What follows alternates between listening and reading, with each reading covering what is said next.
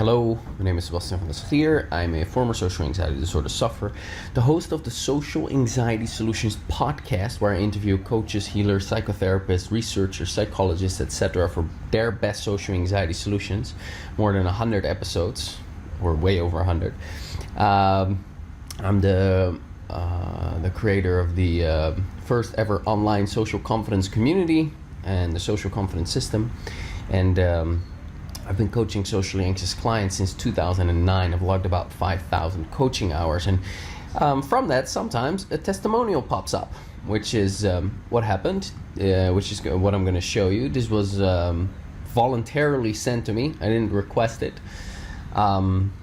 so pretty cool. And I think you'll find it quite inspiring listening to what Jaime has to say. And also, I've been stacking up in the past 4 weeks pieces of evidence, former testimonials, interviews with PhDs, like little summaries, little tidbits of information, really cool, convincing stuff to get your logical brain on board a bit.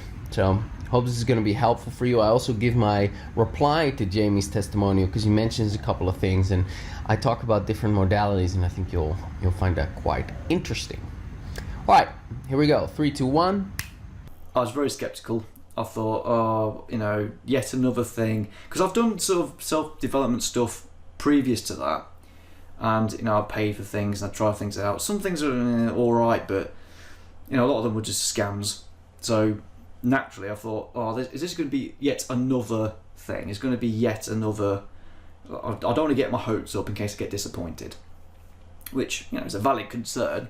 But I'll like to report that it wasn't the case. So the social confidence system is a one-size-fits-all way of trying to reduce the chunk of your anxiety. And the way it does this is by a mixture of different things. It uses certain questions and writing exercises. It's about getting clear on the origins of why you feel that way. Talks about beliefs, talks about self-acceptance. It even goes into memories and how to release them. It uses mostly EFT, but there's also a little bit of logosynthesis in there, which is witchcraft, as far as I'm concerned. That stuff, I don't know how it works. I don't know why it should work, but it kind of does. I found that brilliant, so I want more of that. So a big chunk of the system is finding the origins of your anxiety. I mean, you'll be surprised at what actually caused your social anxiety and how that affected other things as well. One thing I found very helpful was working through past memories. This is something I still use today. I've got a huge list of all these memories I've been working through, and I've been trying to reduce my emotional response to them, feeling more comfortable about trying to reassess what happened and to give me a better idea of how to act in the future. I really got a lot out of this. It's probably the scariest part, because not everyone likes going back to the past memories. Some for very good reasons. Some people got just super traumatic things happen to them. But everybody has a lot of little things, and so having a safe and easy way to make sense of them and to move on from them is big. And I saw quite a lot of lasting results. I'll give you one example. So, whenever there's like someone who looks a bit rough coming down the street, I'd always cross the road, But I worked through some of the memories and to why I think that might be the case. And then I was walking down the street one day and I saw a rough-looking person, coming towards me, but I didn't really have the same reaction. I was kind of like, oh, they're the type of person that would, I don't know, be an arsehole to me. Whatever. I walked past them and nothing happened. I didn't feel one way or the other. That is like, oh, that's done now. It's just that those memories have been put to rest. So first of all, thanks, Jaime. That's really awesome. Appreciate you sending that over, and I think it's going to be helpful for other people seeing that.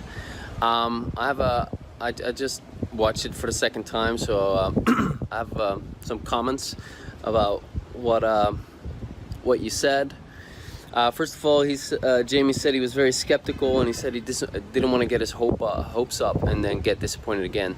Yes, very common. If you've tried a lot of things in vain and you've put in your effort, your brain is like, well, the next thing is likely going to suck as well. And that disappointed feeling, that's really painful. Do you really want to get your hopes up? And so a lot of people become very skeptical, which makes sense. However, your skepticism can stop you from trying new things, and then you just stay stuck because of your skepticism, and that's where your skepticism is actually maybe not that smart. Anyway, that's a quick thing I wanted to say. Further, he mentioned he had a huge list of memories that he was going to go through systematically,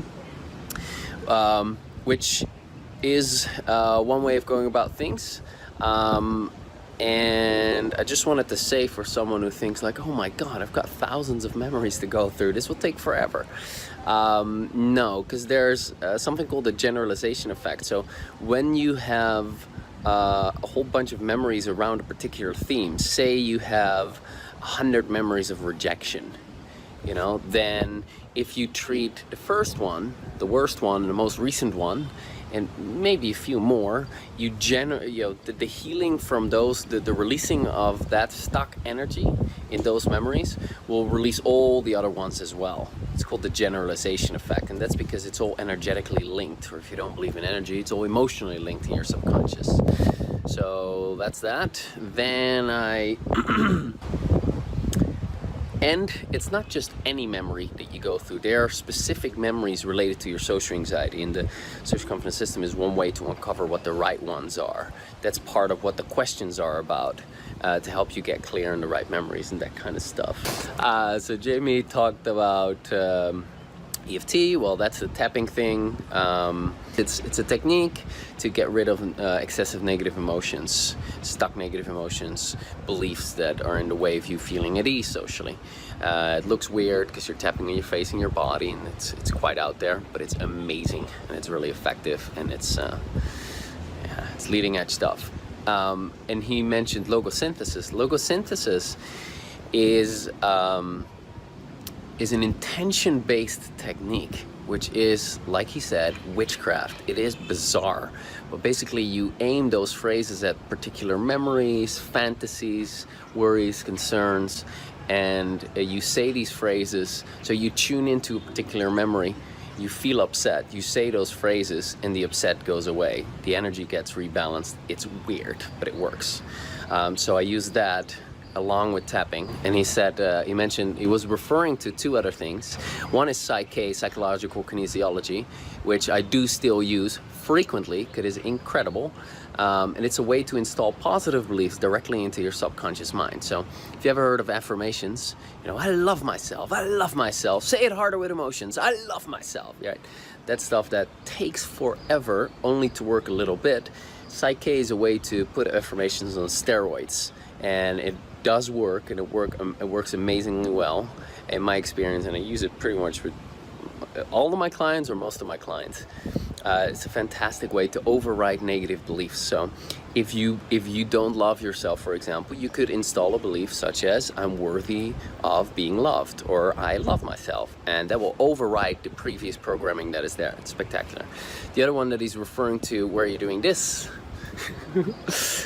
is indeed very weird, and usually I only pull it out after a couple of sessions when my clients have already noticed significant changes in their life, because most of the time I'm just talking about tapping and not talking about these other things because they're so weird and out there. And so if I start promoting these things also, I just lose all credibility. So that's why I don't promote those so much. But emotion code is also an amazing technique. What it is, it's a way to uncover and release trapped emotions, and it's based upon muscle testing. I won't go into what exactly it is. If you can listen to the interview with the founder of the technique, as well as as a leading voice in the Psyche community, as well as the founder of the Logosynthesis podcast, and I'll link that somewhere under here. Rachel will link that under here. But emotion code is a way to uncover trapped emotions and then release them by making this motion. The challenge with it is that you don't feel anything shifting in the moment usually. And with Psyche, you usually feel a shift. With logosynthesis, you'll feel a shift. With tapping, you'll feel a shift.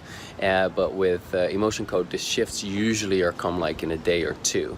So, but I still use that because it's very powerful and it's rapid, quick. You know, if I do that in a session, it might take up 2 or 3 minutes of our time, and I find it very valuable. So, thank you very much. I'll talk to you next Thursday. Bye.